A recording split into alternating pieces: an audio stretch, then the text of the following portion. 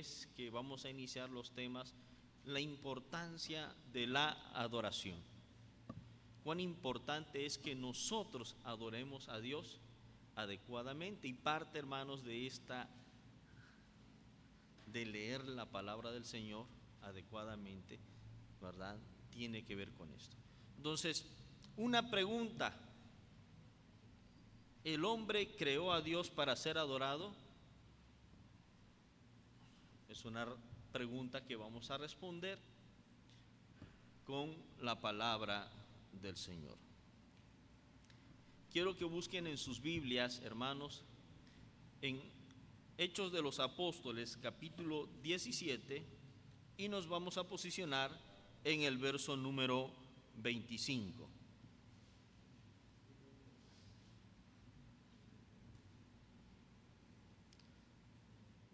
¿Ya lo tenemos? Así como están sentados, vamos a leer juntos el verso número 25 del capítulo 17 de Hechos de los Apóstoles. Dice la palabra del Señor: ni es honrado por manos de hombres como si necesitase de algo, pues Él es quien da toda vida y aliento y todas las cosas. Vamos a orar a nuestro Dios. Padre amado, que moras en los cielos, en esta mañana, Señor, una vez más, a ti acudimos, Padre amado, para rogarte nos dirijas en la exposición de tu palabra.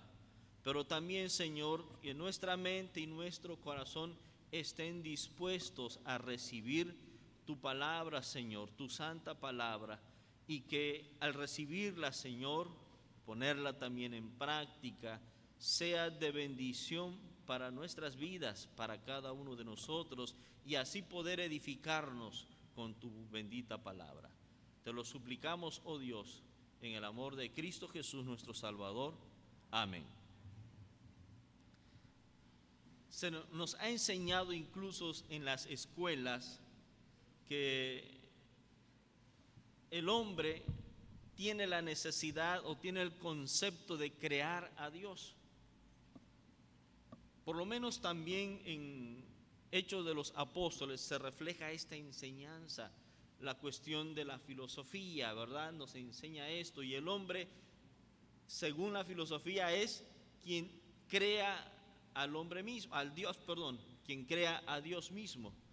Pero nosotros, ¿verdad?, a lo largo de nuestros años ya caminando con el Señor y leyendo las Escrituras, podemos entender que esto no es así. ¿Sí? La filosofía dice: ¿por qué creamos a Dios? ¿Por qué tenemos esa necesidad de crear a Dios? La razón por la cual dicen que tenemos que crear a Dios es por nuestros temores, por nuestros miedos que tenemos. Y tenemos la necesidad de buscar a alguien que cuide, proteja de nuestros miedos, de nuestras debilidades. En realidad, hermanos, nosotros no creamos a Dios. En realidad nosotros necesitamos más bien de Dios, ¿sí? Por ejemplo, la filosofía trata de probar la existencia de Dios, y ningún filósofo ha tratado, más bien no ha podido probar la existencia de Dios, porque la existencia de Dios no se prueba por medio de la filosofía, sino por medio de la palabra de Dios revelada en las Sagradas Escrituras. Así que para el mundo, para los filósofos, mientras ellos tienen la necesidad de crear a Dios para sus vidas, nosotros más bien tenemos la necesidad de la presencia de Dios en nuestras vidas. No tenemos la necesidad de probar si Dios existe o no existe. Nosotros sabemos que Dios existe, y nosotros sabemos que necesitamos de nuestro Dios. Así que, hermanos, cuando hablamos entonces de la adoración y nuestra vida cotidiana, no podemos ir nosotros por nuestras vidas, ¿verdad?, tratando de probar si Dios existe o no existe. Y a veces lo hacemos. ¿Cómo lo hacemos? cuando o nosotros pedimos a Dios y esa petición que le hicimos a Dios no resultó como yo quería, ¿sí? Y preguntamos, ¿y dónde está Dios? ¿Será que Dios existe? Y si existe Dios, ¿por qué a mí no me da lo que yo necesito o lo que yo quiero? Y entonces, hermanos, la Biblia dice que nosotros pedimos y pedimos mal. Por esa razón, ¿verdad? Dios no nos da lo que nosotros pedimos, porque desafortunadamente muchas veces pedimos de manera equivocada. Pero que Dios es una realidad en nuestras vidas, en efecto, Dios es una realidad en nuestras vidas.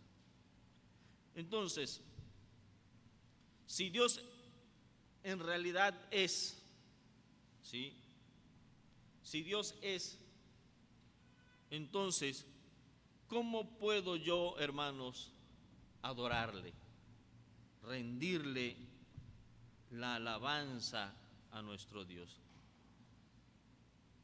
La Biblia dice que Dios es digno, ¿verdad? Y cantamos a veces, Dios es digno de ser alabado. Y entonces, hermanas, a lo largo de la Escritura podemos encontrar muchos textos bíblicos, pasajes bíblicos que nos van a decir que Dios debe ser, fíjense ustedes, Dios debe ser el único objeto de nuestra adoración. Y yo hago esta pregunta, no me la respondas. Dios es el único objeto de adoración en tu vida. ¿Usted qué dice?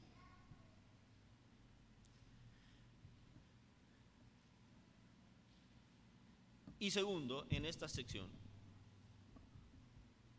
para poder adorar a Dios, nosotros debemos ser dignos de adorar a Dios. Y entonces, aquí nos encontramos con un problema con el ser humano. ¿Cómo podemos ser dignos de adorar a Dios? Si nosotros nos vamos por la naturaleza humana, ningún ser humano es digno de adorar a Dios. Aún nosotros los que estamos aquí en la iglesia o que pertenecemos a un grupo religioso, tampoco somos dignos de adorar a nuestro Dios. Pero afortunadamente, ¿verdad? Nuestro Dios desde la eternidad, ¿sí? Y a través de la obra de nuestro Señor Jesucristo y el llamamiento eficaz de su Espíritu, nos han hecho a nosotros dignos de adorarle.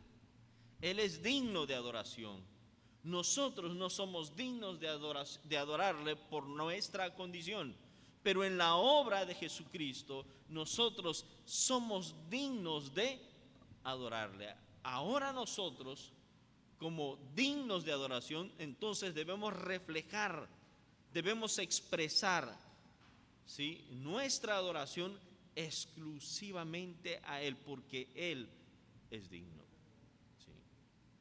Eso nos hace pensar entonces en lo que la Biblia nos enseña, que para poder presentarnos delante de Dios y rendirle adoración, tenemos que hacer una gran tarea en nuestras vidas. Y la Biblia dice que tenemos que ser santos porque Él es santo. La santificación la hemos alcanzado a través de la obra de Jesucristo, pero es también nuestro deber, con la ayuda de Dios, con la ayuda de su palabra, ¿verdad?, por medio de la obra redentora, que cada uno de nosotros se siga santificando más. Eso implica que debemos hacer morir en nosotros cada día los deseos de la carne y que el Espíritu pueda crecer por medio de los medios de gracia que Dios dejó en las Sagradas Escrituras. Es la manera en que nosotros vamos a ir superando los deseos de la carne. Somos santos por gracia de Jesucristo. Y ahora Dios mira a través de Jesucristo, nos mira a nosotros. Pero veamos entonces, hermanos, ¿por qué Dios es el único de adoración?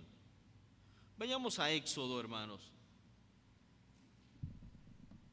capítulo 20. Es un pasaje conocido y tiene que ver con algunos mandatos de parte de Dios sobre su pueblo.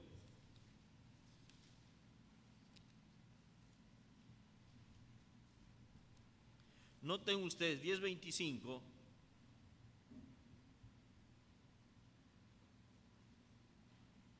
dice: y si me hicieres altar de piedra, no las labres de cantería, porque si las alzares herramientas sobre él, dice, la profanarás. Pero los versos 3 al 5, que es el contexto en el que queremos mirar esto, dice: no tendrás dioses ajenos delante de mí, y no te harás imagen de ninguna semejanza de lo que está arriba en el cielo, ni abajo en la tierra, ni en las aguas debajo de la tierra. Noten ustedes que está en torno a los 10 mandamientos que Dios le dio a Moisés como instrucción para el pueblo de Israel. ¿Sí? Y dentro de esos 10 mandamientos, ¿verdad?, está la importancia de no contaminar nuestro corazón con dioses falsos. Ahora, la razón por la cual Dios establece esto como una ley para el pueblo de Israel es porque Dios había hecho una obra extraordinaria en su pueblo. Los había sacado de la esclavitud, del gobierno egipcio, pero también los había sacado de la idolatría que había en Egipto. Y entonces el Señor le dice: no se van a mezclar ustedes van a ser un pueblo distinto, diferente de donde salieron. Y la obra, hermanos, de rescate del pueblo de Israel fue una obra enorme, grande, bien organizada por nuestro Dios. ¿Sí? Así que Él exige adoración, ¿sí? Él exige que sea el único, porque fue el único quien pudo sacar a su pueblo de esta esclavitud. En los Salmos se vuelve a repetir la exigencia de la adoración exclusivamente a Dios. Y ahí agrega un poco más fuerte, dice al final: semejantes son esas personas que los hacen y los veneran. Y entonces la lista, ¿verdad? Tienen ojos, tienen nariz, tienen pies, tienen manos, pero no hacen absolutamente nada. Entonces, Dios es el único, hermanos, quien merece de nosotros, ¿verdad?, toda nuestra adoración, ¿sí? Pero algo importante, hermanos, en el pasaje que leímos,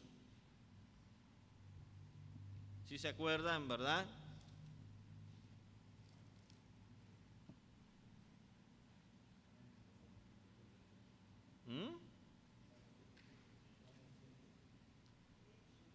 Hechos.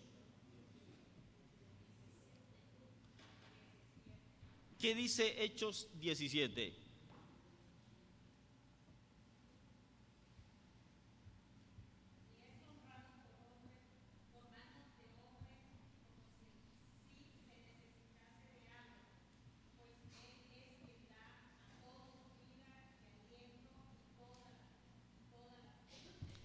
Fíjense ustedes que Dios, hermanos, no merece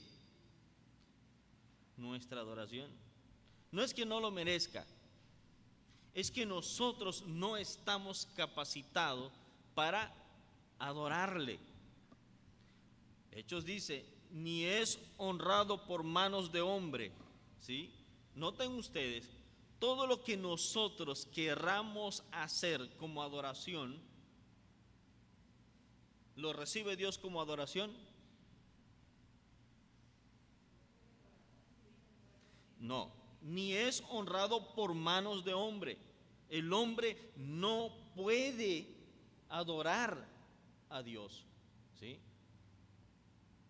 El hombre no puede adorar a Dios. ¿Por qué no puede adorar el hombre a Dios?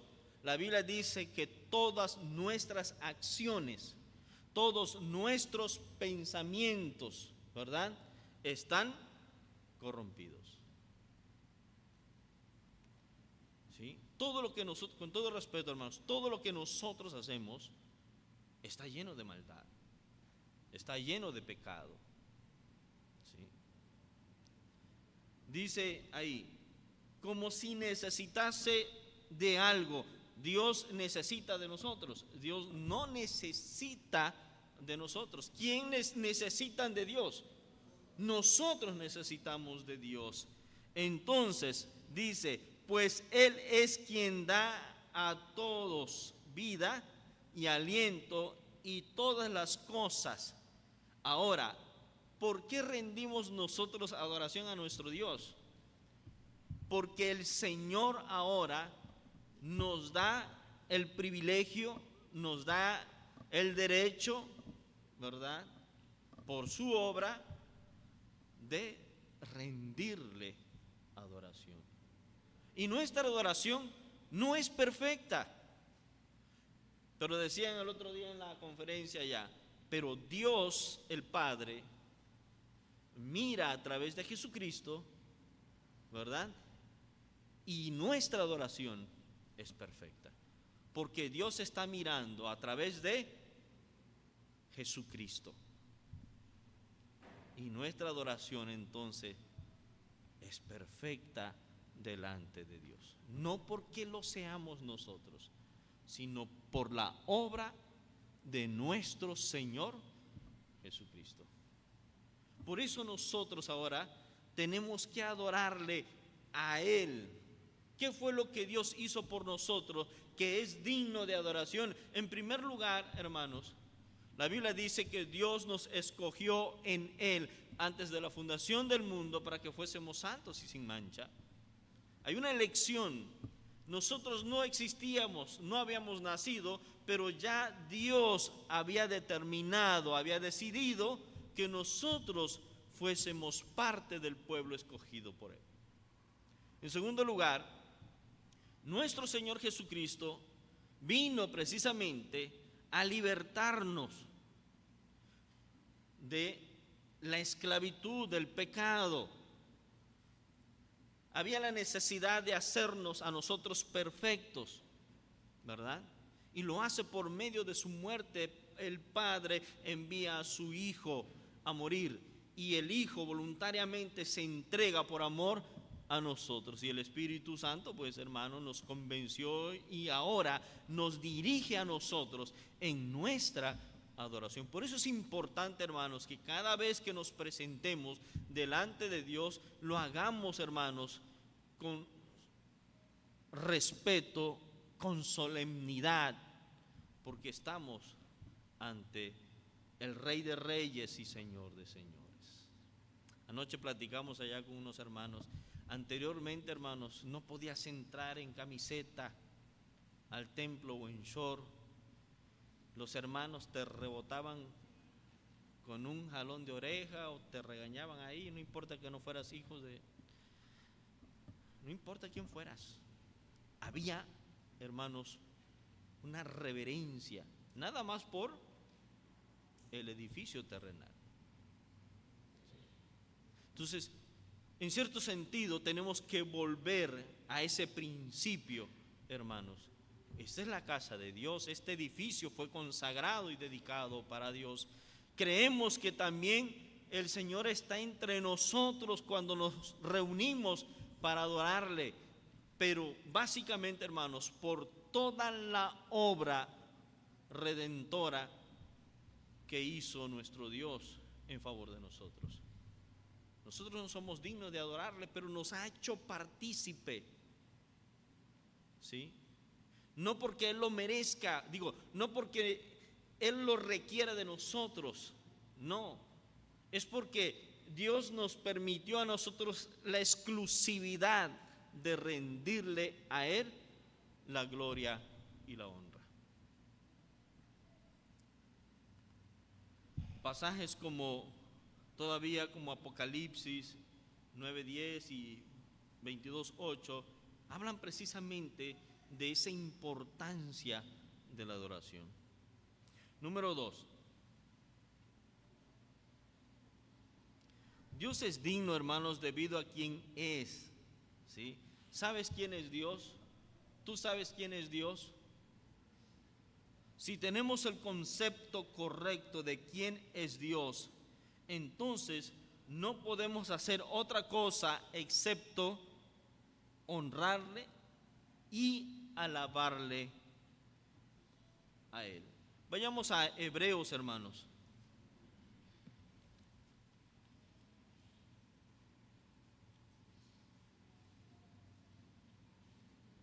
Hebreos capítulo 12,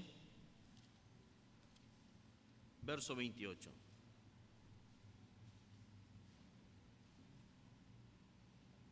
Dice: así que recibiendo nosotros un reino inconmovible, tengamos gratitud y mediante ella sirvamos a Dios, agradándole con temor y reverencia. Pero ¿por qué tenemos que adorarle con temor y reverencia? ¿Qué se nos dio? Fíjense ustedes, ¿qué se nos dio a nosotros? El escritor a los Hebreos dice: así que recibiendo nosotros, dice, un reino inconmovible. ¿Cómo predicaba Jesús o Juan el Bautista acerca del reino? Arrepentíos, porque el reino de los cielos se ha acercado, ¿verdad? Y entonces, ¿quién es el reino? Jesucristo es el reino, ¿verdad? Él es el reino. ¿Sí? Él gobierna, Él domina. ¿Sí? Y nosotros a veces pensamos, es que como que Dios no tiene en control las cosas, como que todo lo que está pasando en el mundo, y algunas personas así lo dicen, ¿no? ¿Por qué Dios permite el caos, la muerte, las cosas injustas? Como si Dios fuese el responsable, como si Dios no tuviera el control de las cosas. Y a veces nosotros también actuamos en nuestras vidas como si Dios no tuviese el control de las cosas. ¿Sí? Y eso hace que a veces nosotros no vengamos a la casa del Señor porque Dios no tiene el control de las cosas. Pero nada se le escapa a nuestro Dios, ¿sí? Nada. Dios tiene el control de las cosas. Así que, hermanos, Hebreos dice que recibimos el reino inconmovible y por esa razón dice, tengamos gratitud, ¿sí? Es una acción de agradecer por lo que hemos recibido. ¿Qué recibimos? Recibimos a Jesucristo y junto con ello la salvación, ¿sí? Y mediante ella, ahora, mediante la salvación, ¿sí? ¿Qué es lo que tenemos que hacer nosotros? Debemos servirle. Sirvamos a Dios, dice, agradándole a Él, no a las personas. ¿Sí? No a los hombres, no a las personas. Es nuestro deber, hermanos, luchar, esforzarnos, ¿sí? por agradar a Dios. ¿Sí? Por agradar a Dios. ¿De quién necesitamos la aprobación? ¿De su servidor? No. Necesitamos la aprobación de nuestro Dios. A Él tengo que agradarle. Y vean ustedes que esa manera de agradarle a Él, ¿sí?, lo debemos hacer con temor, ¿sí?, y reverencia. ¿Ante quién estamos nosotros? Eso es lo que nosotros hoy debemos entender. Decíamos, las circunstancias de este tiempo han hecho cambiar la reverencia hacia Dios y hacia su casa, ¿sí? El contexto en que vivimos han hecho cambiar las cosas. El gobierno ha sido partícipe también de esto. Nosotros como padres también hemos sido partícipe de eso. Los hijos son partícipe de esta falta de reverencia y de temor hacia Dios, ¿sí? ¿Se acuerdan, hermanos, cuando no le dabas los buenos días a papá y a mamá, o al señor mayor que pasaba en el camino, ¿verdad? Había que decir buenas tardes, incluso hasta una reverencia, en señal de respeto. Y pobre de que no lo hicieras, porque más adelante se encontraban los dos, ellos, papá y el señor, y simple y sencillamente tu hijo me faltó el respeto. Y eso era en un contexto terrenal, ¿sí? Bueno, anteriormente, ¿verdad?, los hijos se inclinaban hacia los padres, le besaban la mano y el Dios te bendiga. ¿Sí? Una ocasión, no sé, a ver, que a veces somos igualados, ¿verdad? Llego a saludar a mi abuelo, pero no me incliné a él y mucho menos le besé la mano a mi abuelito.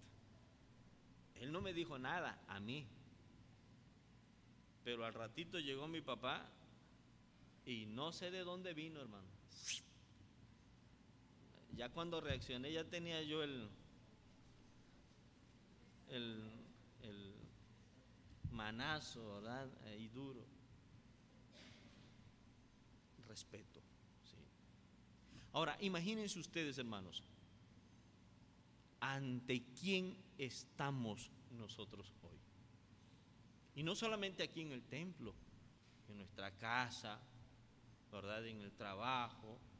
Cuando vamos en la calle, ¿ante quién estamos nosotros? ¿Sí?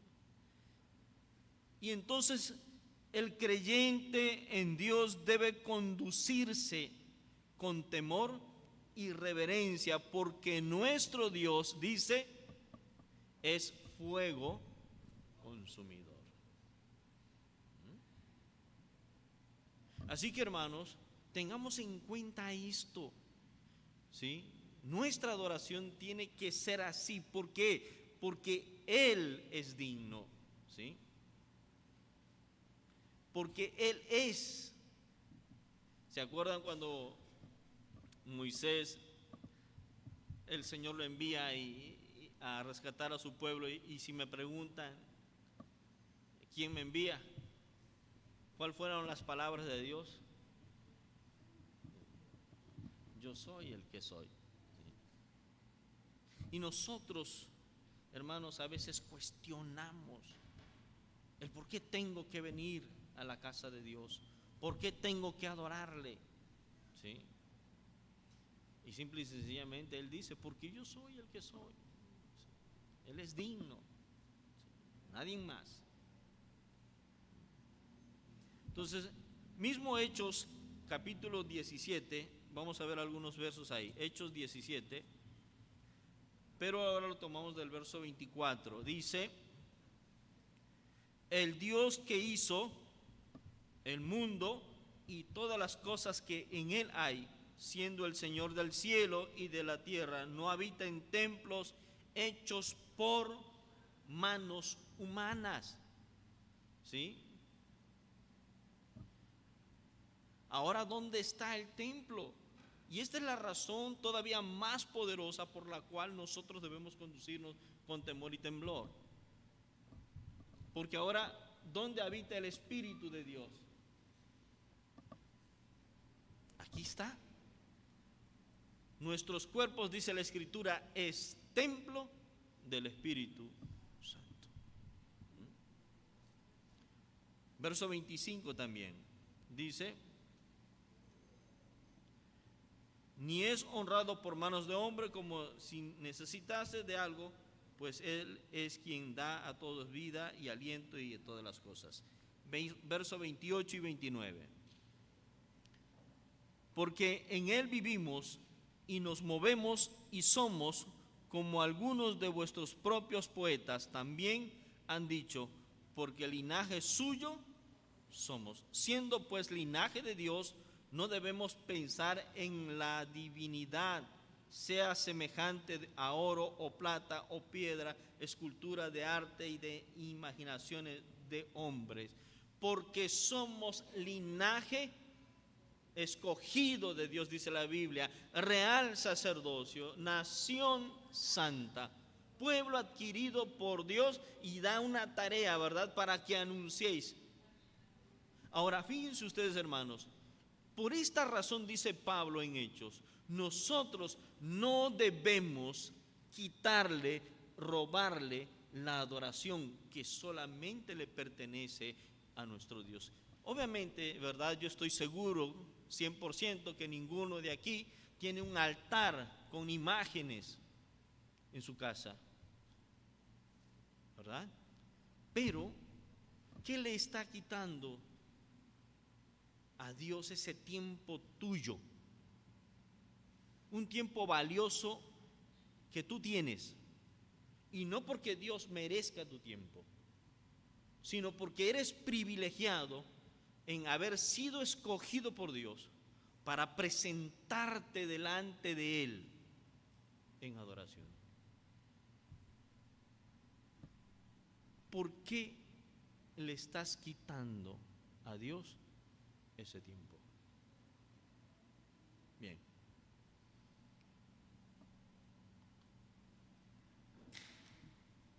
Dios es digno, hermanos, de alabanza debido a lo que Él es, su naturaleza, su carácter. Le muestran a Dios de ser un Dios supremo, superior al hombre y superior a los dioses que el hombre se ha inventado. ¿Sí? Los pasajes que leímos demuestran que Dios es digno de alabanza. ¿Estamos de acuerdo? Y número 4. Vamos a dar un vistazo, hermanos, así de manera general. ¿Sí? Vamos a tratar de ver en estos pasajes la gloria de nuestro Dios.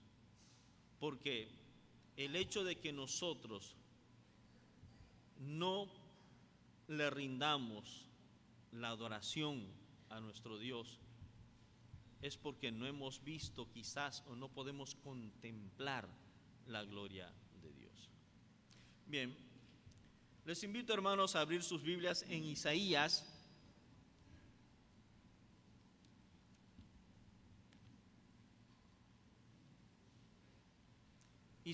capítulo 6.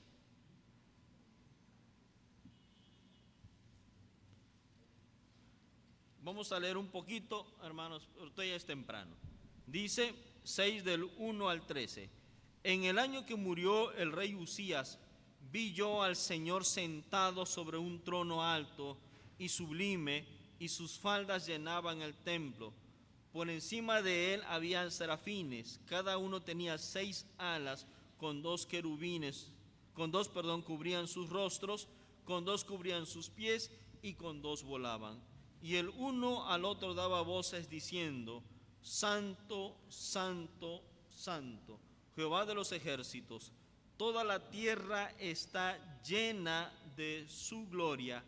Y los quinciales de las puertas se estremecieron con la voz del que clamaba, y la casa se llenó de humo. Entonces dije: ay de mí, que soy muerto, porque siendo hombre inmundo de labios y habitando en medio de pueblo que tiene labios inmundos, han visto mis ojos al Rey, Jehová de los ejércitos. Y voló hacia mí uno de los serafines, teniendo en su mano un carbón encendido, tomado del altar con unas tenazas, y tocando con él sobre mi boca, dijo: he aquí que esto tocó tus labios, y es quitada tu culpa, y limpió tu pecado. Después oí la voz del Señor que decía: ¿a quién enviaré, y quién irá por nosotros? Entonces respondí yo: heme aquí, envíame a mí.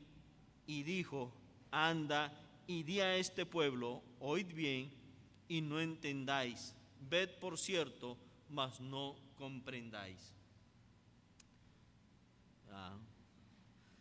Engruesa el corazón de este pueblo y agrava sus oídos y ciega sus ojos, para que no vean con sus ojos, ni oigan con sus oídos, ni su corazón entienda, ni se conviertan y haya para él sanidad.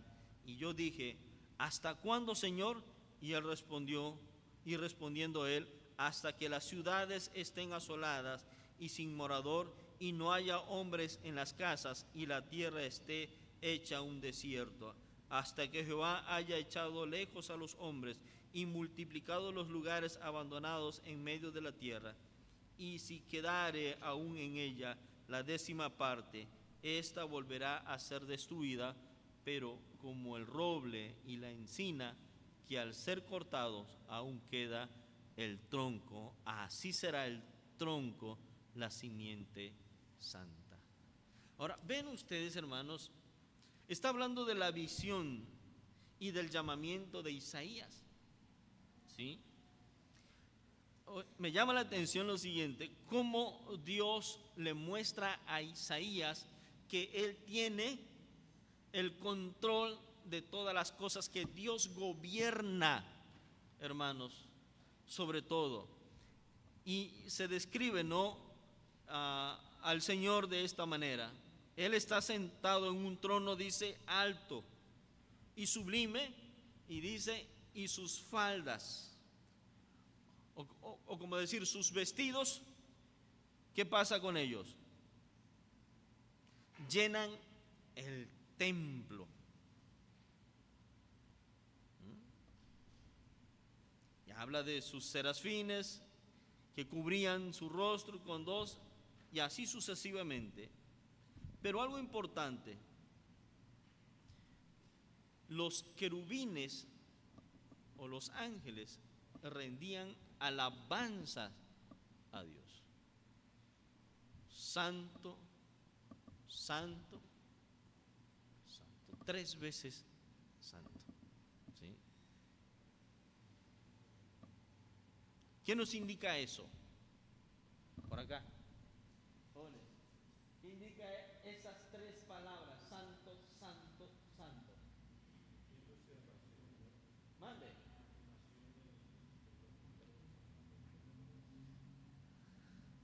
Él es supremo. No hay nadie más. No existe nadie. Él es. ¿Sí?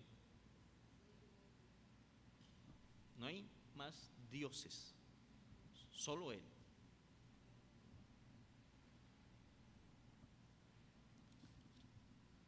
Ante la grandeza de la revelación que está recibiendo Isaías, él exclama, fíjense ustedes, y eso es una enseñanza para nosotros. Él exclama: ay de mí, soy muerto, ¿sí? Porque Moisés estaba viendo la gloria de Dios, ¿sí? Dice el verso 3: toda la tierra está llena de su gloria. Y nosotros somos parte de esto, ¿sí? Y fuimos privilegiados en poder entender y comprender la gloria de Dios por gracia del Señor, porque a Él le plació a nosotros darse a conocer de esta manera. A los que están allá afuera, ellos no entienden esto, ¿sí? No lo comprenden, no saben acerca de la magnitud, de la grandeza de Dios. Es más, ¿qué es lo que conocemos nosotros acerca de la grandeza de Dios? Exclusivamente lo que está revelado en las Escrituras. Pero la Biblia dice que hay cosas que no se nos fueron revelados porque no nos concierne a nosotros. Pero lo que nos concierne, hermanos, podemos decir quema nuestro cerebro, porque no podemos alcanzar a entender por qué Dios se manifestó a nosotros de esta manera. Mismo Isaías sigue avanzando en la lectura, ¿sí? Un hombre inmundo de labios, dice, habitando en medio de un pueblo que tiene labios inmundos, han visto mis ojos al Rey, Jehová de los ejércitos. Nosotros no somos Isaías, ¿verdad? Tampoco recibimos una revelación como él la recibió, pero también tenemos la revelación de la palabra de Dios. También habitamos en un pueblo inmundo, ¿verdad? Pero nosotros no somos inmundos. Y en medio de un pueblo inmundo, Dios tiene misericordia de nosotros y permite que nosotros veamos su gloria, su majestad, su poder, su dominio. ¿Sí?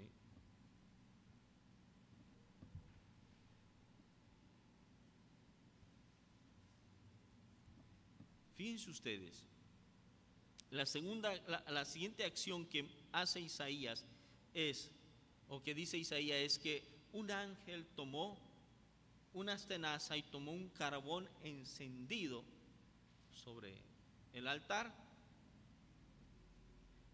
y quemó sus labios.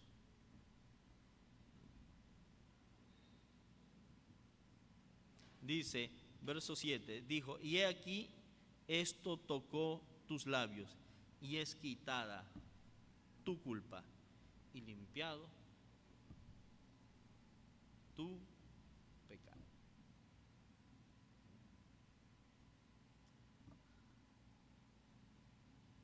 ¿Quién ha hecho esto en nuestras vidas?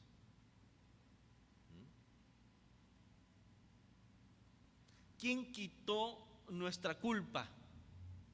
¿Quién limpió nuestras vidas del pecado? ¿Verdad? ¿Quién es el carbón encendido que tocó nuestros labios? Dios nos amó desde antes de la fundación del mundo. Cristo quitó nuestra culpa, nuestros pecados, Él nos lavó. Y el Espíritu Santo, hermanos, nos llama, aplica la obra y estamos capacitados para cumplir una misión, una tarea: predicar.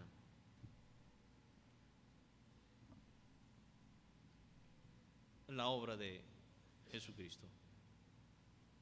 Algo semejante, ¿verdad?, en la vida de Isaías, pero a nosotros también lo hizo nuestro Señor, nuestro Dios. Y le entregó un mensaje, ¿sí? Anda, di a este pueblo, oíd bien. ¿A qué pueblo? Al que no entiende. Muchos en este mundo van a escuchar la palabra de Dios y en lugar de ablandarlo, ¿verdad?, se van a endurecer más. ¿Y quiénes van a venir a Jesucristo por medio de la predicación del Evangelio? Exclusivamente los que son escogidos por el Padre, los que Jesucristo murió por ellos. Exclusivamente el Espíritu Santo no va a llamar a cualquiera. Por esta razón, hermanos, volvemos a mencionar, Dios es digno de adoración. Y la pregunta que yo hago, hermanos, ¿y por qué nosotros? ¿Por qué el Señor nos escogió a nosotros para que le rindamos esa adoración? ¿Acaso somos merecedores? ¿Acaso somos diferentes a aquellos? No, de ninguna manera. Hoy nosotros nos debemos alegrar y nos debemos regocijar porque tenemos ese gran honor, ese gran privilegio de presentarnos ante el trono de su gracia y rendirle la adoración. Porque Él, hermanos, porque Dios nos colma de bendiciones, porque cada día, cada mañana son nuevas sus misericordias, porque Él llena, ensancha nuestro corazón de regocijo y venimos aquí a su casa para decirle a nuestro Dios que Él es el único en nuestras vidas.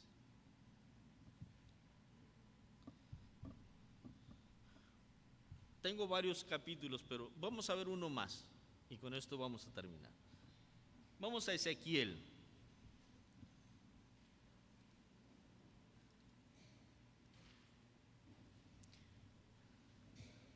Ezequiel capítulo 1.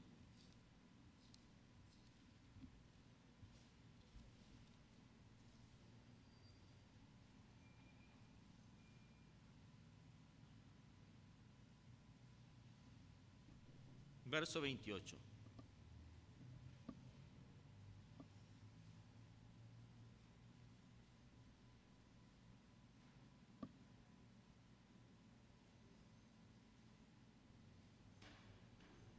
Dice: como parece el arco iris que está en las nubes el día que llueve, así era el parecer del resplandor alrededor. Esta fue la visión de la semejanza de la gloria de Jehová. Y cuando yo la vi, me postré sobre mi rostro y oí la voz de uno que me hablaba.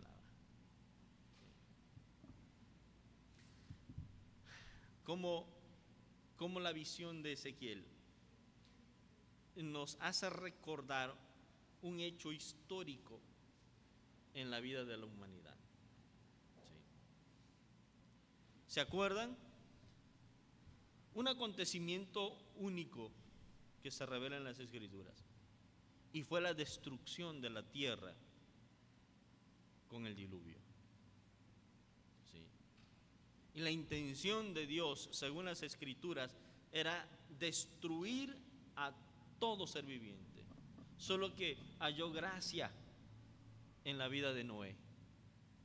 Y al final, cuando dejó de llover, ¿verdad?, Dios hace un pacto para con su siervo Noé y estableció, dice, el arco iris. Desde allá vemos la gloria de Dios. ¿Qué pudo hacer el humano ante esa situación? Por evitar la destrucción. Nada. El hombre no pudo hacer nada.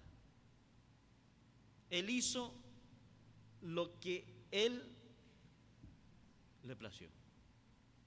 ¿Sí? Y en un instante él cambió de parecer para con su siervo Noé. Ahora, vean ustedes, la gloria de Dios, ¿cómo la ve Ezequiel? Como un arco iris, su resplandor como un arco iris. ¿Qué recuerda Dios con el arco iris?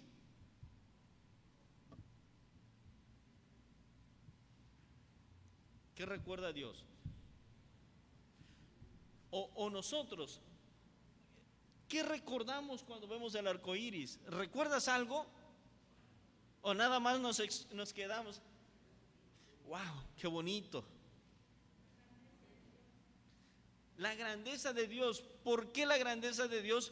Porque tanto Dios recuerda que Él hizo un pacto para con su siervo, y nosotros recordamos también que hizo un pacto con nosotros.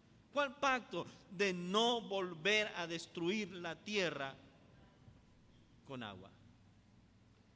¿Sí? Veía yo un video hace un rato en la mañana de un tornado en Chiapas, y a un costado del tornado un arco iris bien plantado, bien hermoso. Y dicen que solamente hubo daños materiales. Entonces, Ezequiel contempló la gloria de Dios de esta manera.